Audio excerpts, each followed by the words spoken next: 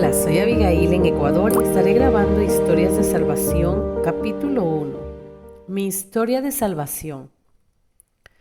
Hoy estamos comenzando una nueva y emocionante adición a nuestro diario. En el primer domingo del mes tendremos una historia de salvación compartiendo sobre nosotras y nuestros seres amados, comenzando conmigo y luego historias grandiosas de mi propia familia, hermanos y hermanas, sobrinas y sobrinos, y mis propios padres. Para comenzar, el Señor me guió a empezar con el mío que espero no solo te inspire, pero que te motive a compartir tu propia historia de salvación. Mi historia de salvación por Erin Chila. Como muchos de ustedes saben, yo fui salvada a tan solo 7 años de edad.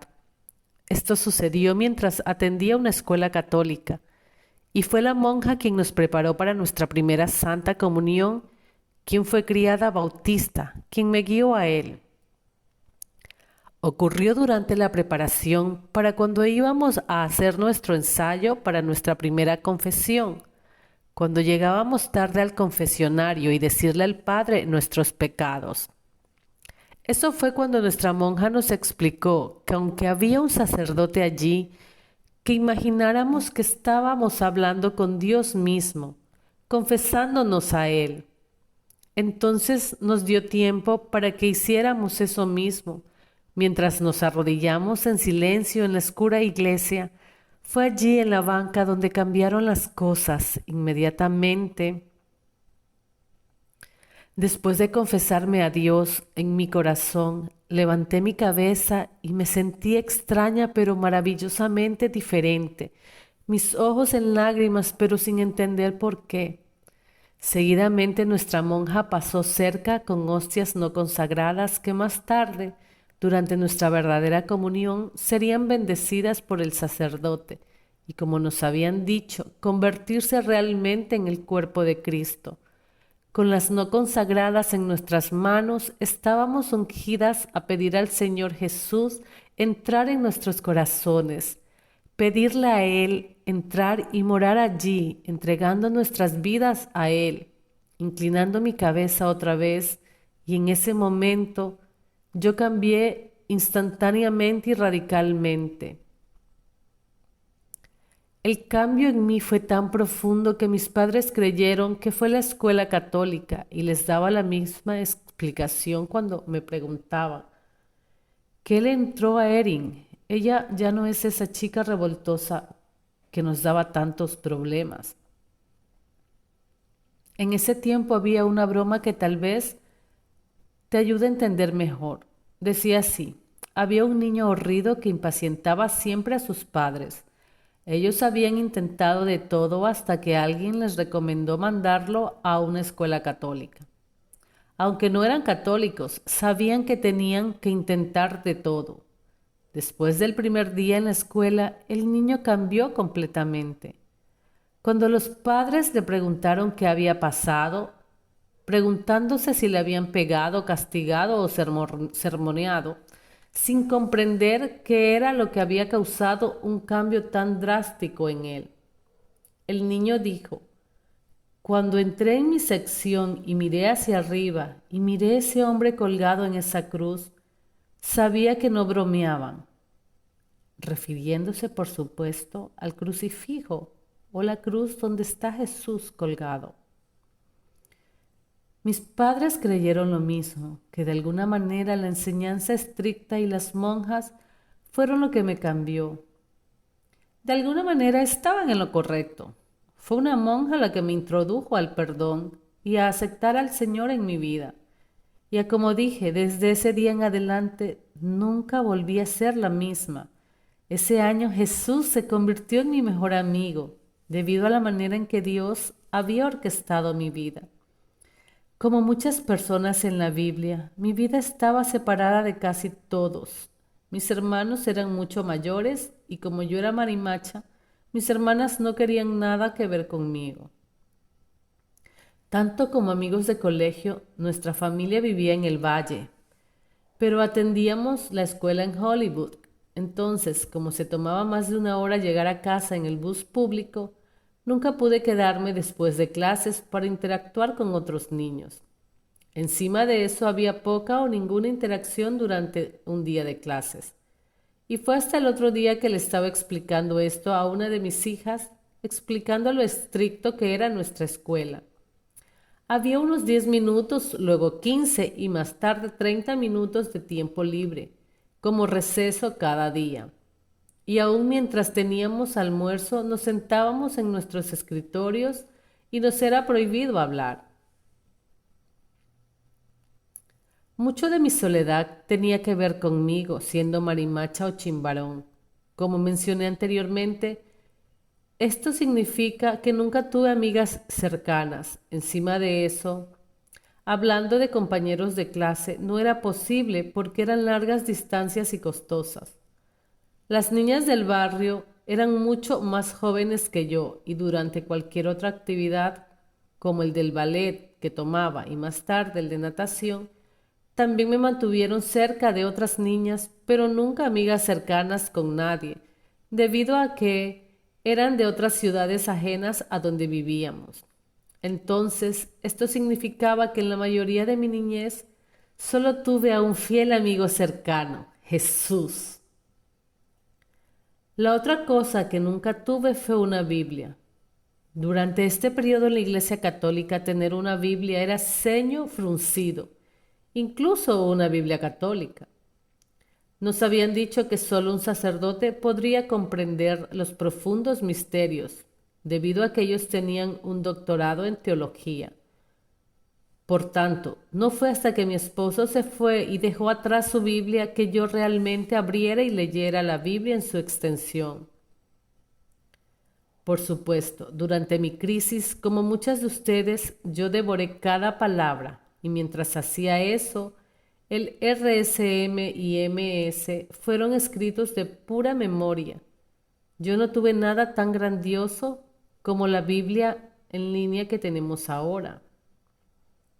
Fue un poco después de casarme que dejé de asistir a la iglesia católica y misas. Si mi memoria me sirve bien, creo que tomábamos turnos atendiendo una iglesia católica y luego una iglesia cristiana local.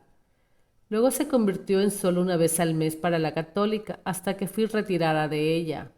Honestamente estaba aterrada porque había sido instruida que el no atender era un pecado mortal, aunque debido a mi relación personal con el Señor podía sentir que no había hecho nada tan horrible o Él ciertamente no se hubiera quedado tan cerca de mí. Aunque creo que llevaba una Biblia a la iglesia cristiana porque todos los demás lo hacían, en la mayoría del tiempo solo me inclinaba y leía con el predicador de la Biblia de mi esposo, principalmente porque no era capaz de encontrar ningún verso. Yo no sabía que había muchos libros en la Biblia, por lo que siempre iba embarazosamente perdida y despacio. De todas maneras, estaba fascinada cuando en los domingos el predicador cristiano nos hacía leer Mateo 6:9, el cual era las palabras iniciales de lo que los católicos llamaban el Padre Nuestro. No era ese verso, sino el verso antes que ese, la porción justo arriba, la que me llamó la atención y estremeció mi fe. Mateo 6, 7 al 9, Reina Valera actualizada, RVA 2015. Y al orar no usen vanas repeticiones como los gentiles que piensan que serán oídos por su palabrería. Por tanto, no se hagan semejantes a ellos, porque el Padre de ustedes sabe de qué cosas tienen necesidad antes que ustedes le pidan. Ustedes pues oren así. Padre nuestro que estás en los cielos, santificado sea tu nombre. Esta revelación me pegó duro. Toda mi vida crecí repitiendo el Padre Nuestro por penitencia, después de ir a confesión y mientras decía el rosario. Entonces yo no podía entender cómo la iglesia había omitido la porción justo antes de eso, cuando Jesús dijo que no se repitiera una oración una y otra vez. Aún así, nunca tuve ninguna epifanía. No hasta años después, pero podía intuir que mi fe católica había sido quebrada en su fundación debido a su inconsistencia. El colapso total mío, considerándome que ya no era católica, ocurrió cuando leí otra cosa. Mientras leía diferentes porciones de la Biblia, me di cuenta cómo los ángeles usualmente comenzaban con "no tengas miedo", como cuando el ángel vino a hablar a María sobre concebir a Jesús por medio del Espíritu Santo. Entonces, ¿por qué esto me preocupó? La razón es porque un amigo muy cercano era sacerdote y durante una de nuestras discusiones teológicas me dijo que llegaban personas con frecuencia a su parroquia a decirle que habían visto a un ángel. A él le habían enseñado en el seminario que la primera cosa que se debía hacer era preguntar cómo se sintió, y cuando dijeran temerosos o asustados, entonces que les asegurara que no habían visto a un ángel, que definitivamente tenía que ser algo más, porque si hubieran visto realmente a un ángel, entonces lo único que habrían sentido sería paz. Sin embargo, si ver a los ángeles traía paz, ¿por qué los saludos más comunes de los ángeles comenzarían con "no tengas miedo"? Fueron con estos dos errores e inconsistencias, junto al saber de que todavía estaba a diestra con Dios, aunque empecé a faltar a misa una y otra vez, especialmente más tarde cuando dejé de ir completamente. Aún así, Jesús no me había dejado. Sin embargo, como yo nunca había sido rebelde, desde el momento que fui salvada a los 7, que es como mis padres se dieron cuenta que algo radical me había sucedido, todavía luchaba contra el sentimiento de culpa. No fue hasta muchos años más tarde, no hasta que estuve lo suficientemente madura espiritualmente y más avanzada en mi fe, cuando entendí que la culpa y la condena no eran para nada de Dios, pero que en lugar era del enemigo para separarnos del amor de Dios.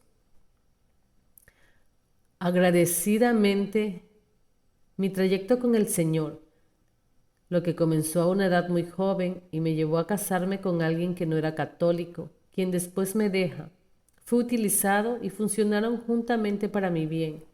Fui yo a quien Él llamó para ser pionera de mi familia. Una vez que entendí completamente que ninguno de mis hermanos habían experimentado la misma salvación que yo cuando tuvieron su primera comunión, la monja que me introdujo al Señor tenía apenas 2 años de estar en nuestra escuela y más que probable mis propios padres no la conocían a ella personalmente de la manera que yo la conocía, que dependía de mí hacer algo. Aún así, en vez de debatir con mis hermanos, ya que estamos llamados a la paz, o confrontar a mis padres, lo que habría sido insubordinación con preguntas como ¿saben ustedes dónde irán cuando se mueran? A como nos han dicho que debemos hacer cuando estamos testificando a los no salvos. En lugar, clamé al Señor y comencé a viajar junto con mi familia en su jornada de salvación, que comenzó como siempre con una crisis. Mi hermano favorito estaba muriéndose de leucemia. Esa es la otra historia de salvación que me anima a compartir con ustedes después.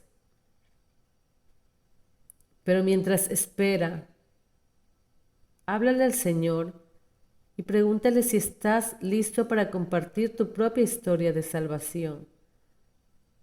Si no estás segura de conocerlo a Él de esta manera, o si estás enganchada a una religión todavía con miedo de soltar, para comenzar una relación con el Señor como yo hice cuando tenía solamente 7 años, entonces dile eso a Él. Estoy segura de que si no lo hubiera conocido a Él personalmente, nunca hubiera estado dispuesta a desligarme de mi iglesia, la cual hubiera significado la diferencia entre donde mi familia pasaría la eternidad. En las próximas semanas tengo más de una docena de historias de salvación de mi propia familia que estoy animada a compartir para ayudarte a ver cuán maravillosamente trabaja el Señor cuando simplemente confiamos en Él y en su palabra. Hechos 16:31. Palabra de Dios para todos. PDT. Le respondieron: cree en el Señor Jesús y serás salvo tú y todos los de tu casa. No es lo que hacemos nosotros, sino lo que Él ha hecho. Éxodo 14:13. Palabra de Dios para todos. PDT. No se atemoricen, solo deténganse en a ver cómo el Señor los va a salvar hoy. Segunda de Crónicas 20:17, Nueva Biblia Latinoamericana de hoy, NBLH. No necesitan pelear en esta batalla, tomen sus puestos y estén quietos. Y vean la salvación del Señor con ustedes. No teman ni se acobarden, el Señor está con ustedes. Y en vez de testificar confrontando a otros sobre dónde irán cuando se mueran, en lugar queremos que ellos experimenten conociéndolo a Él de manera que vivan cada día con Él. Y eso es de lo que otros necesitan ser testigos en nuestras vidas. Atestiguar es ser una epístola o libro abierto leído por todos los que miran nuestras vidas. Segunda de Corintios 3:2. Tú eres nuestra carta, escrita en nuestros corazones, conocida y leída por todos los hombres.